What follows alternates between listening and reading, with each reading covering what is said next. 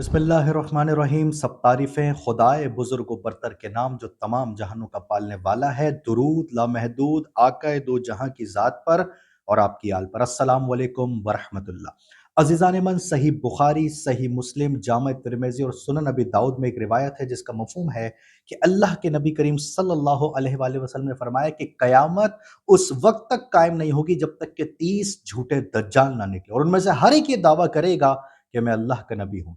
लेकिन मसनद अहमद में कुछ मुख्तलिफ अल्फाज के साथ ये रिवायत मौजूद है जिसका मफहूम है कि हुजूर अकरम सल्लल्लाहु अलैहि वसल्लम ने फरमाया कि मेरी उम्मत में 27 झूठे नबी और दज्जाल होंगे, उनमें से 4 औरतें होंगी, हालांकि मैं आखिरी नबी हूं और मेरे बाद कोई नबी नहीं। बेशक अजीज़ान मन, इन कज़्ज़ाबों के आने का सिलसिला नबी करीम सल्लल्लाहु अलैहि वसल्लम के मुबारक दौर में ही शुरू हो गया था, जब मुसैलमा कज़्ज़ाब ने यमामा में और असवद अंसी ने यमन में ये झूठा दावा किया। अजीज़ान मन, ये तारीख़ इस्लाम में ये असवद अंसी वो पहला शख्स है, वो पहला कज़्ज़ाब है जिसने ये झूठा दावा किया था। लेकिन पूरी इस्लामी तारीख़ में एक इंतहाई मुतनाज़ा और मशकूक शख्स भी गुजरा है, जो इस कदर अजीब व गरीब बातें किया करता था कि सहाबा कराम को शक हो गया कि यही दज्जाल है।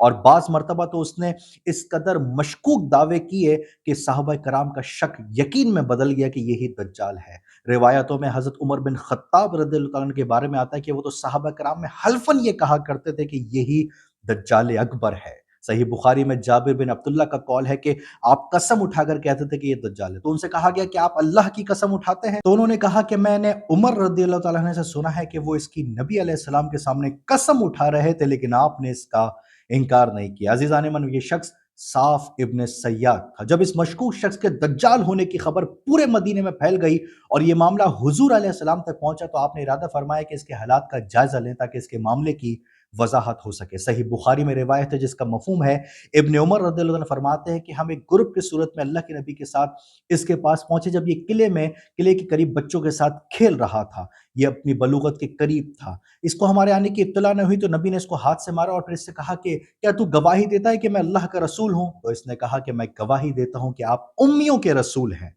उसके बाद इब्न सय्याद ने अल्लाह के नबी से पूछा, क्या आप गवाही देते हैं कि मैं अल्लाह का रसूल हूं? तो अल्लाह के नबी करीम सल्लल्लाहु अलैहि वसल्लम ने फरमाया कि मैं अल्लाह और उसके रसूलों पर ईमान लाया हूं।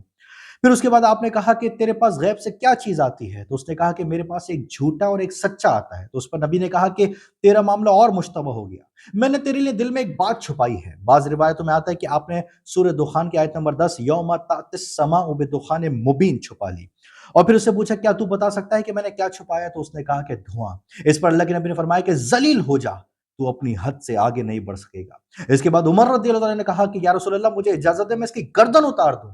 तो आपने फरमाया कि अगर ये हकीकी दज्जाल है तो तुम इस पर गालिब नहीं आ सकोगे, और अगर ये दज्जाल नहीं है तो फिर इसको कत्ल करने में तुम्हारे लिए कोई भलाई नहीं है। फिर अब्दुल्ला बिन उमर रदियल्लाहु अन्हु फरमाते हैं कि रसूल अकरम सल्लल्लाहु अलैहि वसल्लम और अबी बिन काब रदियल्लाहु ताला अन्हु खजूरों के बाग में गए जहाँ इब्न सय्याद मौजूद था।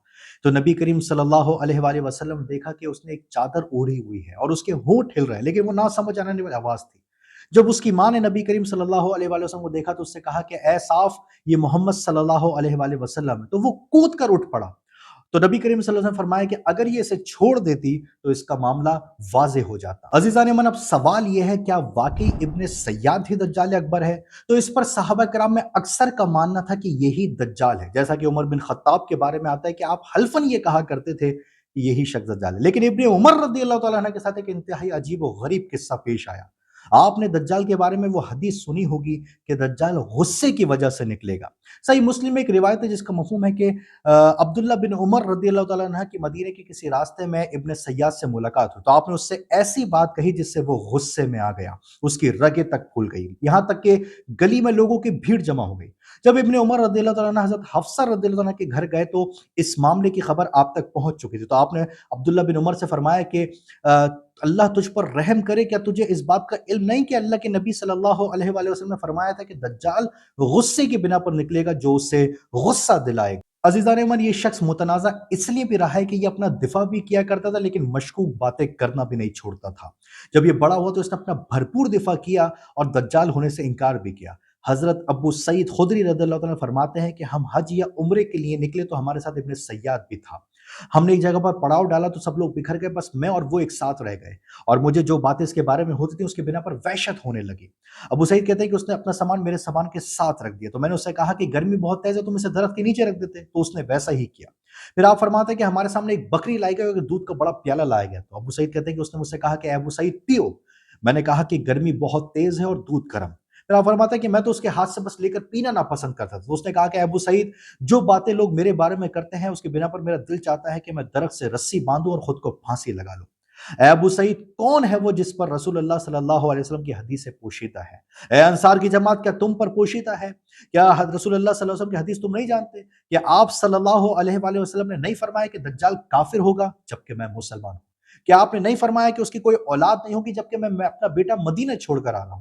کیا آپ صلی اللہ علیہ وآلہ وسلم نے نہیں فرمایا کہ دجال مکے اور مدینے میں داخل نہیں ہو سکے گا جبکہ میں مدینے سے آ رہا ہوں اور مکے جانے کا ارادہ رکھتا ہوں؟ تو حضرت ابو سعید خدری رضی اللہ عنہ نے کہا کہ قریب تھا کہ میں اس کی باتوں میں آ جاتا اور اسے صحیح سمجھ لگتا، تو اس نے فوراً کہا کہ میں دجال کو جانتا ہوں اور اس کی پیدائش کو بھی، اور یہ بھی جانتا ہوں کہ وہ اس وقت کہاں ہے۔ تو حضرت ابو سعید نے کہا کہ تیری ساری عمر تباہی ہو۔ صحیح مسلم میں ایک اور حدیث موجود ہے جس کا مفہوم ہے کہ ابن سیاد نے کہا کہ اللہ کی قسم میں دجال کو جانتا ہوں اور اس کے ماں باپ کو بھی جانتا ہوں۔ تو جب اس سے کہا گیا کہ تو اس بات کو قبول کرے گا کہ تو ہی وہ آدمی ہو، یعنی تو ہی دجال ہو، تو اس نے کہا کہ اگر مجھے یہ پیشکش کی گئی تو میں اسے ناپسند نہیں کروں گا۔ عزیزان من، ابن سیاد کے بارے میں علماء میں بڑا اختلاف موجود ہے، بعض کہتے ہیں کہ یہی دجال ہے اور بعض کہتے ہیں کہ یہ دجال نہیں ہے۔ ابن حجر رحم اللہ کا قول ہے کہ تمیم داری رضی اللہ عنہ نے جسے دیکھا وہی دجال ہے، اور ابن سیاد شیطان ہے کہ جو دجال کی صورت میں ایک مدت کے لیے ظاہر ہوا تھا اور پھر اصفہان کی طرف جا نکلا اور اپنے کریم کے ساتھ جا چکا، یہاں تک کہ اللہ وہ وقت نہ لائے جب اس کا خروج ہوگا۔ عزیزان من، ایک اور بات میں آپ کے علم میں لاتا چلوں جس سے اس کا مشکوک ہونا ثابت ہو جاتا ہے، وہ یہ کہ ابن سیاد نبی کریم صلی اللہ علیہ وآلہ وسلم کے پردہ فرمانے کے بعد بھی زندہ رہا، لیکن واقعہ ہرہ والی لڑائی والے دن یہ غائب ہو گیا اور اس کے بعد اس کا آج تک کچھ پتہ نہ چلا۔ عزیزان من، یہ بھی کہا جاتا ہے کہ ابن سیاد دجالوں میں سے ایک دجال ہے لیکن دجال اکبر نہیں، اور یہ بھی ایک قول موجود ہے کہ ابن سیاد کاہنوں کی جنس میں سے ہے۔ بہرحال حقیقت کا علم تو صرف پروردگار کے پاس ہی ہے۔ خدا سے دعا ہے کہ خدا ہمیں اس فتنے سے، ہم سب کو اس فتنے سے محفوظ رکھے۔ آمین۔